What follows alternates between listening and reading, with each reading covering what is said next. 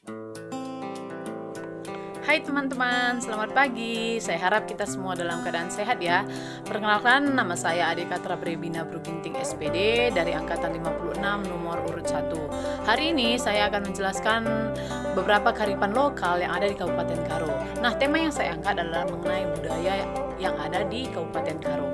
Kabupaten Karo memiliki keanekaragaman budaya yang sangat banyak, diantaranya mengenai rumah adat, alat musik, alat pertanian, tempat memasak dan peralatannya, wisnipes dan sebagainya. Nah, yang pertama saya di sini akan menjelaskan mengenai rumah adat. Rumah adat suku Karo adalah rumah adat Siwaluh Jabu Ntapesi 12 Jabu. Artinya dalam suatu rumah bisa dihuni 8 sampai 12 keluarga, di mana masing-masing keluarga memiliki peran tersendiri di dalam rumah tersebut. Di dalam rumah adat itu memiliki ruangan yang besar dan tidak mempunyai sekat-sekat di dalamnya. Dan siapa saja yang boleh tinggal di dalam rumah adat itu ditentukan oleh adat Karo itu sendiri. Namun pembagian ruangan tetap ada yang dibatasi oleh garis-garis adat istiadat yang kuat. Dan garis itu tidak terlihat. Masing-masing ruangan mempunyai nama dan siapa yang harus menempati ruangan tersebut. Itu pun semuanya sudah ditentukan oleh adat. Struktur bangunan rumah adat Karo terdiri dari 3 bagian. Yang pertama bagian atas, bagian tengah, dan bagian bawah.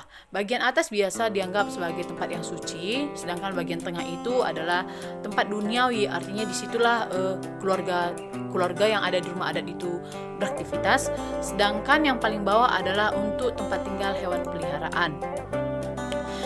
Dan biasanya tempat rumah adat Karo di atasnya itu terdapat tanduk, diberi tanduk.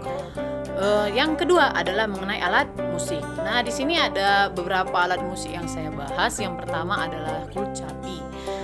Pada awalnya alat musik ini terbuat dari bahan bakar pohon aren sebagai senarnya. Namun seiring dengan perkembangan zaman, senar yang digunakan untuk membuat kecapi adalah senar metal. Kulcapi dimainkan dengan cara dipetik. Alat musik kulcapi juga memiliki lubang pada bagian belakangnya. Lubang bagian belakang ini berfungsi sebagai pengubah efek suara yang dihasilkan. Nah, alat musik yang kedua adalah gung. Gung ini biasa digunakan di pesta-pesta adat suku Karo. Gung adalah alat musik yang dimiliki hampir di seluruh kebudayaan suku yang ada di Indonesia sebenarnya. Tapi khususnya untuk yang di Tanah Karo, Kabupaten Karo, gung memiliki ukuran yang besar dan terbuat dari bahan logam ataupun kuningan. Memainkan alat musik ini juga dengan cara dipukul pada bagian tengah yang menonjol. Alat pemukul yang digunakan akan disesuaikan dengan ukuran dari gung agar suara yang dihasilkan juga sesuai dengan nada yang diinginkan. Nah, yang ketiga, alat musik yang saya ambil di sini adalah balobat. Balobat adalah alat musik yang terbuat dari bahan bambu. Alat musik ini memiliki 6 buah lubang nada yang terletak di sepanjang badan seruling. Alat musik tiup ini biasanya akan dimainkan bersamaan dengan alat musik lainnya dalam suatu parade musik atau pesta-pesta adat yang ada di suku Karo. Pemain alat musik ini dinamakan perbalobat.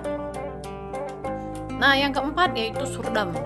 Surdam dimainkan dengan cara ditiup juga, tapi dari belakang dengan ruas bambu yang terbuka. Alat musik ini terbuat dari bahan bambu dan untuk memainkannya diperlukan teknik khusus agar dapat menghasilkan suara. Memang memainkan alat musik ini cukup sulit, sangat berbeda dengan baluat atau balobat tadi yang secara langsung dapat menghasilkan suara hanya dengan meniupnya saja. Dan itu adalah beberapa alat musik yang memang itu kearifan lokal suku Karo yang harus kita jaga kelestariannya. Oke, untuk selanjutnya adalah tempat masak. Tempat masak di suku Karo itu biasa disebut dalikan. Peralatan memasak suku Karo sangat sederhana dan biasanya disusun atau disangkutkan di atas langit-langit tungku yang disebut para-para. Ada 4 tungku masak yang masing-masing satu tungku digunakan untuk 2 keluarga bersisian. Ini pun dalikan ini biasa terdapat di rumah adat. Jadi satu dalikan biasa untuk 2 keluarga. Dari tempat memasak ini ternyata banyak sekali muncul filosofi kebudayaan peralatan memasak Karo. Kenapa? Di setiap tungku terdapat 5 batu yang dibentuk 4 batu berbentuk segi 4 dan 1 batu lagi diletakkan di tengah sehingga secara bersamaan bisa diletakkan 2 periuk. 5 batu ini melambangkan 5 marga yang ada di Karo, yaitu Ginting, sembiring, tarigan, karo-karo, dan perangin-angin. Sekali memasak digunakan 3 batu yang menandakan jabatan anggota keluarga yang terbagi menjadi 3, atau biasa itu rakut si telu kalau di suku Karo. Apa saja itu? Ada kaling bubu, anak beru, dan sembuya. Nah, kemudian di atas tungku perapian terdapat para yang terdiri dari 5 lapis. Apa saja itu masing-masing? Yang pertama yaitu tempat menyimpan ranting atau kayu api yang digunakan. Yang kedua itu periuk dan alat-alat memasak, bumbu dan bahan masakan, serta lapisan teratas tempat menyimpan padi.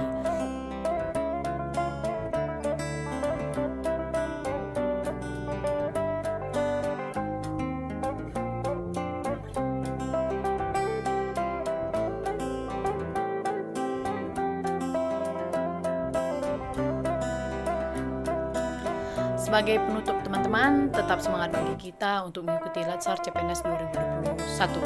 Rencana adalah janji dan janji harus ditepati. Terima kasih.